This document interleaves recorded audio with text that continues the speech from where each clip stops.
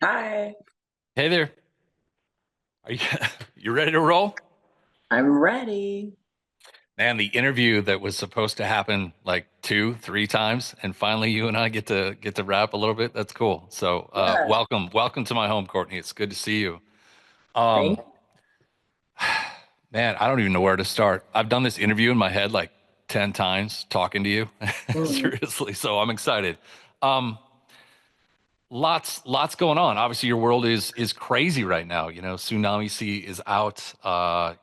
Holding on to music like that before the rest of the public gets to hear it all, and now they do. Now they're embracing it. What's that been like for you and the rest of the guys in the band? Just kind of like knowing it's theirs now. It's no longer yours, I guess. Well, it's kind of cool actually, like the way it worked out that I hadn't talked to you before, because like you're probably the first person I've talked to, I think like after the album's out. So I haven't really talked to anybody about that, but Oh, right on. yeah, it's been cool because to try to like keep a long story short, I guess that since it's been a little while since we put music out, like I think I forgot that I actually do. I don't. It's not that I care if people don't like it or do like it, but it made me realize how much I like crave being understood. Like that I could make something and then people hear it and they understand what I'm trying to say. Like it's hard for me to express myself just in talking. So I feel more comfortable doing that musically. So it was really, I don't know, just really rewarding. Like aside from people like saying, "Oh, I like this song. This song makes me want to, you know, whoop someone's ass or like dance around." Like aside from that, just people without me having to like tell them, but I'm just showing them like getting the whole concept of the record is really satisfying to me, and it made me realize that I do really care about that. I can imagine. I went for a walk last night, and I put the record on Tsunami Sea, and I went, for a long walk, and I walked by a lake that's not too far from my place, and I'm hearing all the cool production and the connections with the ocean in the background, and just made me smile and feel good. And I'm just curious, like, this time around, without the roadblocks of the pandemic, you guys get to get out there and play these songs. What's that going to feel like this time to do it with less roadblocks, I guess? I've never experienced this actually ever. Like I've never put out music and then had a couple weeks for people to absorb it, and then during that time, like the whole beginning of the year, trying to create a show for it. So I don't know how it's gonna feel. I feel like it's every artist's dream. I've just never just hasn't worked out yet that like whatever music I was creating at the time or promoting, then I got to go play it for everybody for a long period of time. And I plan on playing all this stuff for everybody for a really long time. So I think it's gonna be I think it's just gonna take all the feelings that I feel currently about the album and just be like a new feeling that I have yet to experience, because there's like I already have this like gratitude of people understanding me, and now I get to like see them in real life, hopefully understanding what we're trying to do. I Sure, think they sure. will. I have a great feeling about it. With Perfect Soul being on the radio here now in the States, I get, and us being one of the first radio stations in the country to embrace Spiritbox and play you guys, like really play the band. Uh, I'm curious what that feels like. I asked Noah Sebastian, before Bad Omens was on the radio. We were the first to play them and embrace that band. And I asked him what it's like to be played next to Ozzy and GNR and Metallica and bands that are just historic and just a big deal. What's that mean to you to be on the radio in the States now, like in normal rotation? You know, I bet Noah feels the same way as me, where it's like, if you don't ever get invited to a club or like someone's party, you don't some people will change and do whatever they need to do to try to get invited to the party. And then some people, it's the opposite. It almost, instead of having to like show vulnerability, that like that's something they would really like to do, I go, fine, I don't want to go to your party. I don't care about your party. I made my own party, Mhm. and then so I think it's probably a similar feeling that a lot of people have when their band starts, um, you know, making it, where the whole way I feel like that you can like get your band to the next level is you have to be like really guarded and be like, I don't care that those people think we suck. They're wrong. We don't want them anyway. And then when those things start to go away and you're starting to get like, praise instead of criticism, or just saying people not believing in you, you start going, well, wait a second. I've kind of built my whole thing around being like, well, I don't care what you think. I'll find someone who likes us. Then you find the people that like you, and you have to like, you realize you've been very guarded, because and then you get to be vulnerable and go, well, no, I do like this. This is awesome. Like a whole new group of people now heard our music, and that's really special to someone like me who doesn't think of that ever as like a time investment to ever think about. It's the same way like no someone like me wouldn't find themselves getting nominated for a Grammy or something. Like Right, right. it's a game you don't play because you're not you never got to get called up to play that game. So after, a couple decades, you don't you're like, I don't want to play that game. So it's really, really special because again, it's one of those things where like once you have it, you're like you're like, I don't know, it's like your brain gives you permission to be like, you are allowed to care about this, and it's really Okay. cool. You know what I So I'm here. mean? I'm hearing. Yeah, I'm hearing you say it's cool. You dig it. You dig being on the radio. Yeah. That's pretty rad, right? Yeah, well, it's just one of those things that like a band like us never would think about being played on the radio with all these legendary bands. With like there's people that listen to some bands like us music and they're like, that's not even music. Yeah. So it makes you be like very like insular and guarded, like I My, don't want that. Who my cares? boss and I, we have this saying that we say this all the time. Like if we dig a band, even if no one's playing them, or it's just something we care about, we always say we want to be in that game.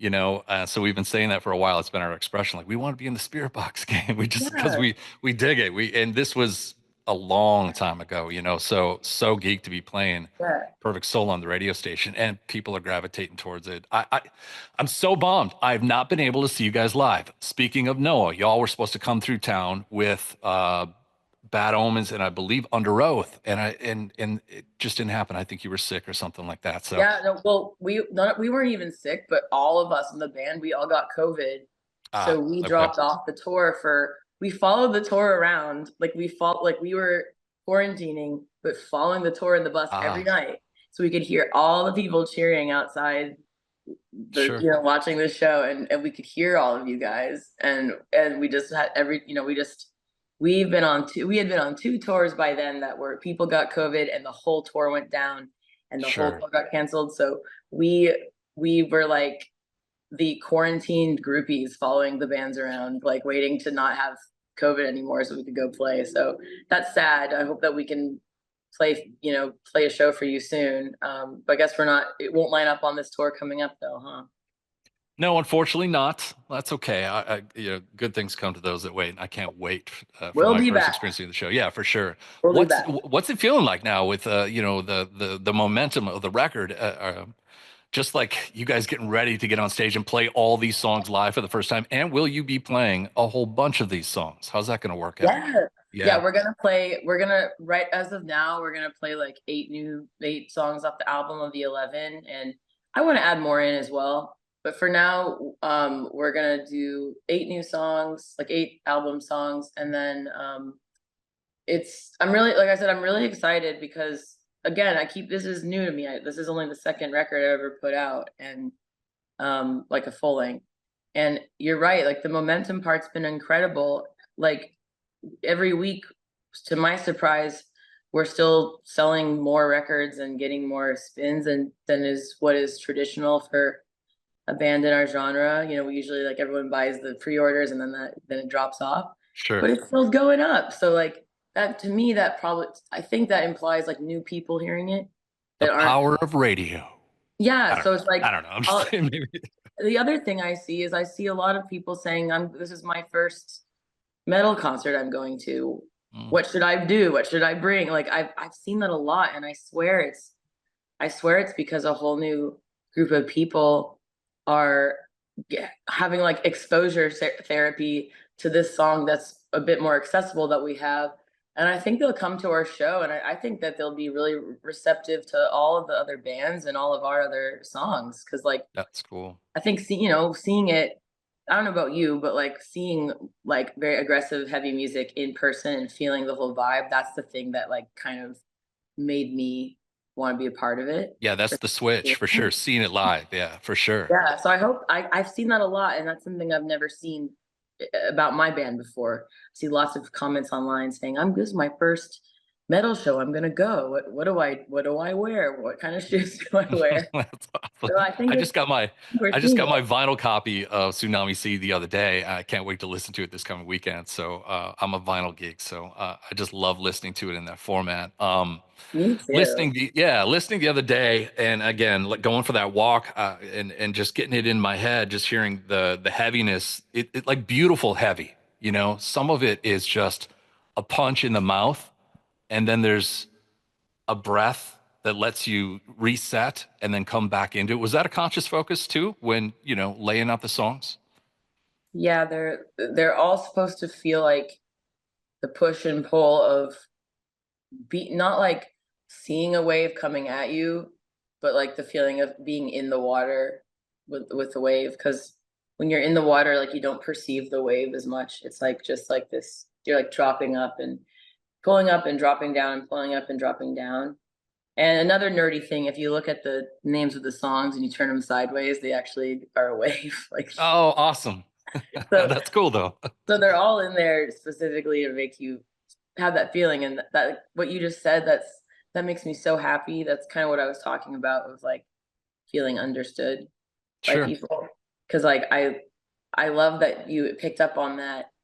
Because to me, like that's like that means I executed it well, because like if sure. someone doesn't understand or doesn't like our music or doesn't get it, I don't think of it like, oh, they're dumb, they don't get it. I'm like, what can I do to like, how did I like fail in like not connecting, like having that person connect with what I'm trying to get across. Like, so it makes me really happy when I hear that, because I go, yes, okay, like all the weird shit that I was saying in this song and all the weird shit Michael made, it came across how we want it to come across.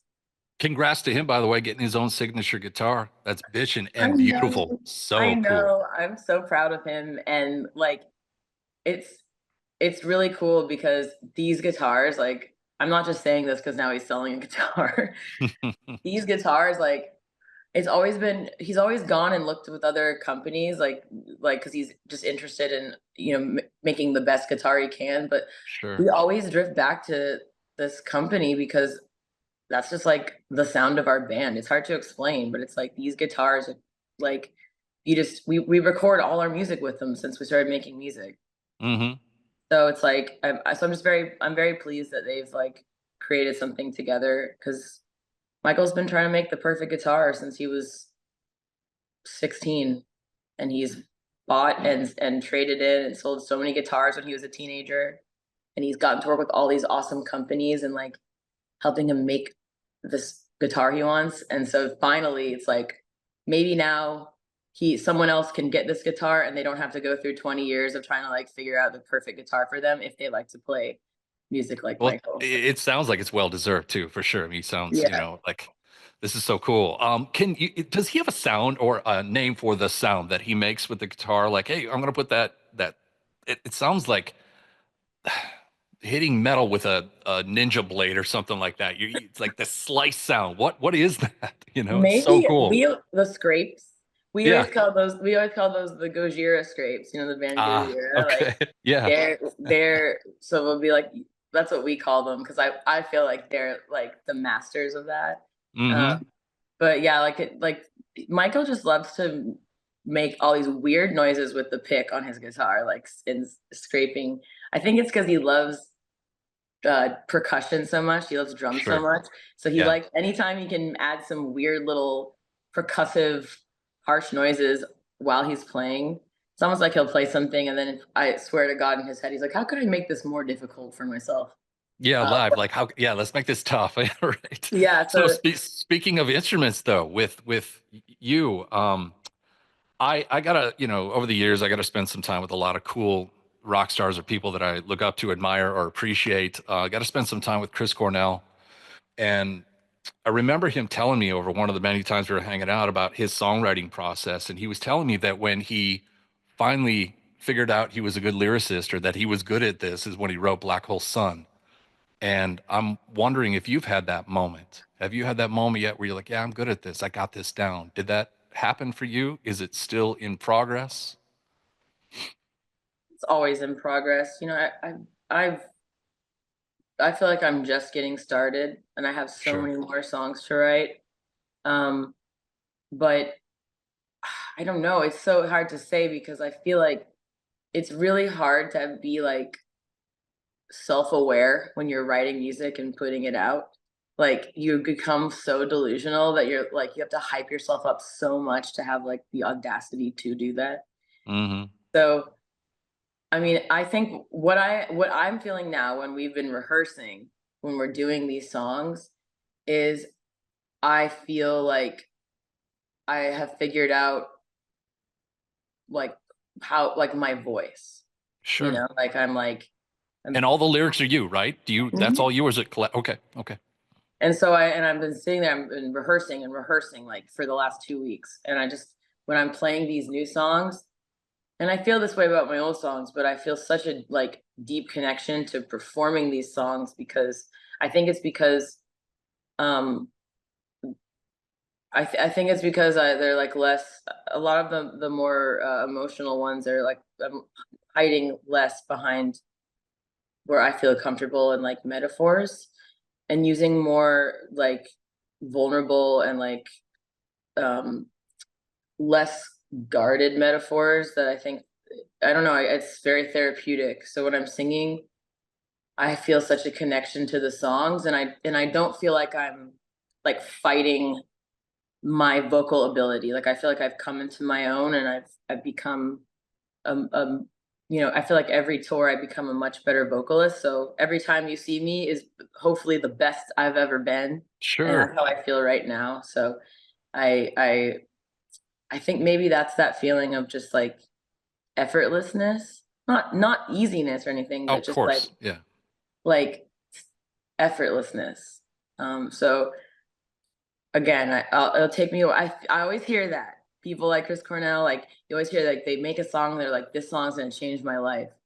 I feel Yeah. like that about every song because I'm delusional. I'm a delusional artist, and I'm like to feel like I can show a song to you. I kind of have to feel like that for now because that's I feel like like this song, by the way, Deep End yeah, does have what you were just describing about it has a lot of those elements in that song, and perfect yeah. that it's the last song of the record too, by the way. It's beautiful.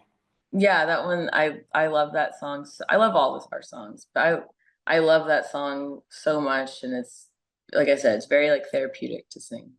That's awesome. Well, I know I don't have much more time here with you, so I want to thank you for the time I've been given here today. Our first meeting, I hope it's not the last. I'm hoping you and I get a rap many times over the years. I'm very proud to be playing your music on the radio. I'm in the Spirit Box game, as I said. So thank you so much for your time today, and happy belated birthday, by the way. Thank you. And we really, all of us really appreciate you. As like I was saying, then I'm really new to all this kind of stuff. Like I'm new to being anything that's more like accessible is new to me. And the nice thing that I have found, because I always assume how it's going to be, right? Like I assume I make all these assumptions that aren't true. And one thing that I've been very pleasantly surprised about that was an assumption I had is like these aren't these like big conglomerates. Like all the people I've talked to are like there's all these individual people all over the country who program the radio stations that are like the most passionate music lovers and they have like such a wide encyclopedia of music, and it's anyways something I was ignorant to, and it's been really cool, like finding out that these aren't just like it's it's not just like a person goes, yeah, sure, I'll play this because you want me to play it. There's all these people that are like really fighting for smaller bands to get on the radio as well. And I think that's gonna really affect bands like me. And I think we'll see the ripple effects of that over the next coming years. So we all really appreciate it. That's awesome. I appreciate that as well. Have a great rest of your day. I look forward to talking to you in the future for sure. Thank you. Well, we'll line up. You'll come to a show. Okay. I'll see you Okay. soon. Take care, All Courtney. right. Bye bye.